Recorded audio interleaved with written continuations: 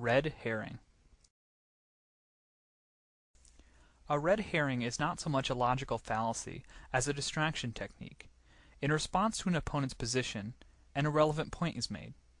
It can even be a valid point, but it does nothing to address the issue. The red herring is another common creationist tactic. Watch as John Pendleton dodges an argument about the age of natural fossils with the discussion of a boot. Some say, well, you need a long period of time to make fossils. Well, there's lots of fossils out there. Here's one of my favorite ones. This is a cowboy boot.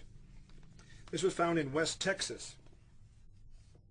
And the right-hand image here, we see that the poor cowboy broke his leg, and his leg and foot stayed inside the boot. Now, they did a scan of the toe section. All 5 toe bones are in there. It's all fossilized. This was found in the 1980s. Argument from personal incredulity. In this fallacy, one argues that because they do not personally find a premise to be likely or believable, it cannot be true, regardless of evidence. The fallacy lies in presenting one's beliefs about a proposition as evidence. In the next clip, Michael Behe presents his favorite argument from personal incredulity, the bacterial flagellum. Note how he presents no evidence other than his own belief. I remember the first time I looked in a biochemistry textbook and I saw a drawing of something called a bacterial flagellum with all of its parts in all of its glory. It had a propeller and the hook region and the drive shaft and the motor. And I looked at that and I said, that's an outboard motor. That's designed. That's no chance assemblage of parts. Argument from ignorance. In this fallacy, an appeal to ignorance is made as one argues either that a premise is true only because it has not yet been proven false, or that a premise is false only because it has not yet been proven true. The God of the Gaps argument usually begins with an appeal to ignorance. The Orange Lady stumbles through an appeal to ignorance as she claims science has not yet given a good explanation for abiogenesis, which is true, but absence of evidence is not evidence of absence. How did life begin on Earth? Evolution tells to this question that life began on Earth with a single cell suddenly appears. But we know that there is no room for chance in nature.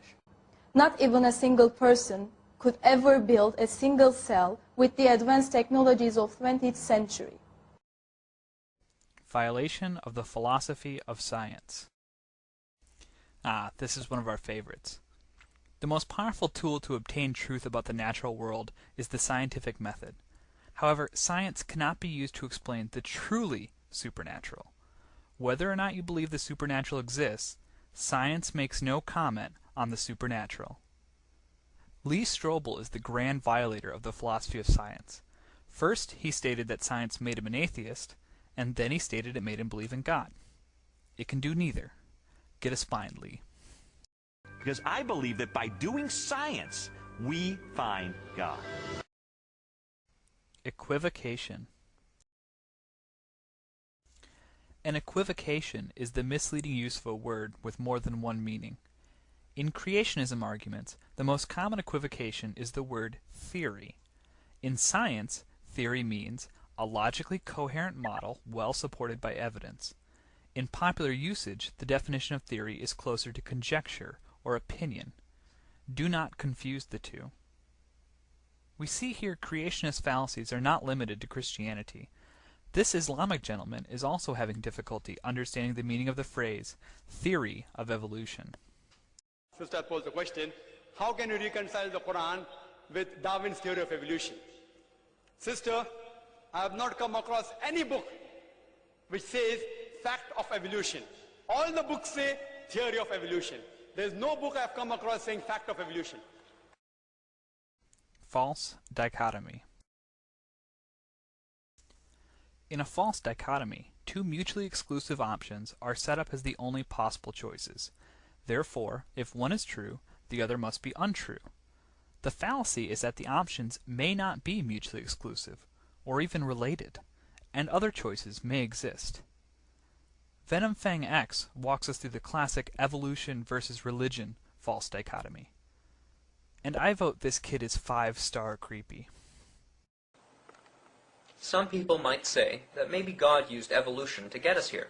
Well, that's not the God of the Bible, because the God of the Bible says that death came by man's sin. However, evolution says man came by death. Quite opposites. There's a stark contrast between the two, and only one is right, because they are diametrically opposites.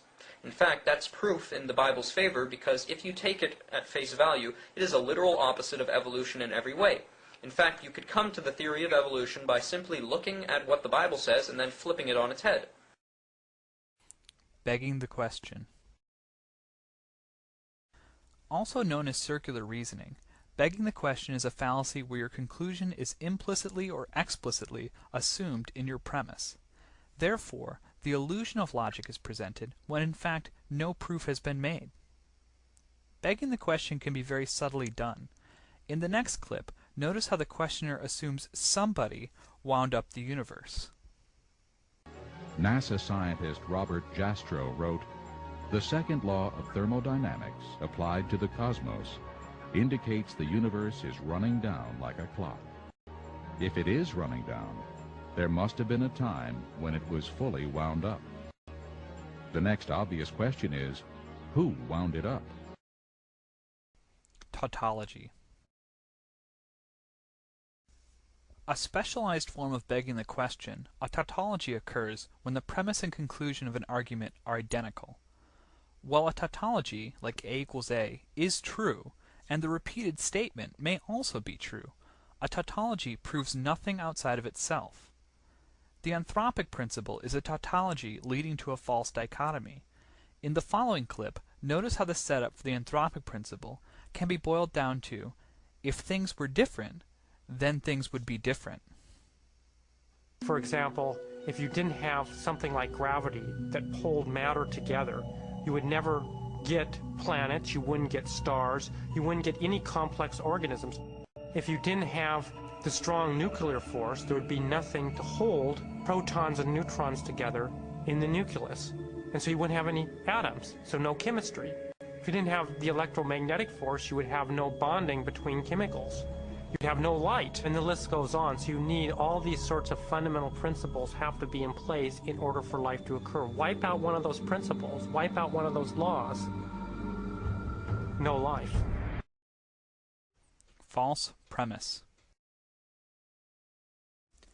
In a false premise fallacy, the conclusion of an argument is invalidated by an incorrect assumption in one of the premises. You can't build a house on a poor foundation. Foundational biases and ad hoc reasoning usually have a false premise at their base. Many false premises exist in creationist arguments, like a global flood occurred, evolution is incorrect, etc. But the most formalized example is the Kalam cosmological argument. The false premise is that the universe began to exist. We have no proof that the universe ever not existed. It is called the Kalam cosmological argument. The Kalam argument is deceptively simple in its formulation. It consists of basically 3 steps. Premise 1 is that whatever begins to exist has a cause.